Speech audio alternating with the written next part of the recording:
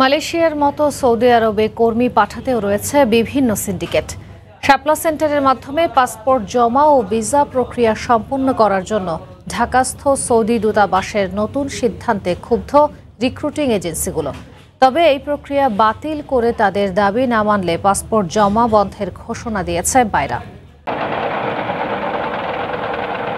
বিশ্বের বিভিন্ন দেশে অবস্থানরত 1 কোটি বাংলাদেশির অর্ধেকের বেশি কাজ করছে সৌদি আরবে।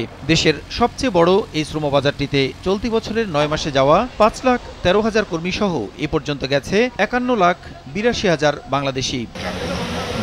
এ অবস্থায় হঠাৎ করেই রিক্রুটিং এজেন্সির পরিবর্তে বেসরকারি কেন্দ্র শাপলা সেন্টারের মাধ্যমে সৌদিগামী কর্মীদের পাসপোর্ট গ্রহণ ও ভিসা প্রক্রিয়া সম্পন্ন করার সিদ্ধান্ত নেয় ঢাকাস্থ সৌদি দূতাবাস।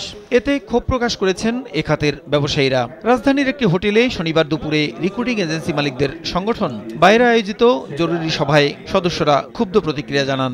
বাইরাতে যারা এসেছেন বিভিন্ন সিন্ডিকেট সহ বিভিন্ন ক্ষেত্রে ব্যবসার অনিয়মে তাদের নামও আসতেছে। 2012 আইনে এই সিন্ডিকেট মনোপলি অলিগোপলি অবৈধ। এটা শাপলা সেন্টারের মাধ্যমে ভিসা স্ট্যাম্পিং বন্ধ না করলে রোববার থেকে ঢাকাস্থ সৌদি দূতাবাসে সৌদি আরবগামী কর্মীদের পাসপোর্ট জমা বন্ধ রাখার ঘোষণা দেয় বাইরা।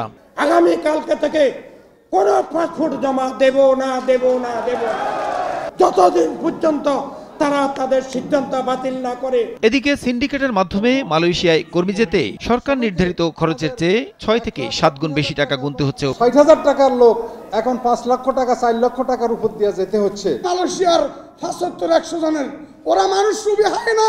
প্রতিটি শ্রমবাজারে কর্মী পাঠানোর ক্ষেত্রে স্বচ্ছতা আনতে সংশ্লিষ্ট মন্ত্রণালয়কে কঠোর পদক্ষেপ নেওয়ার দাবি এ খাতের ব্যবসায়ীদের।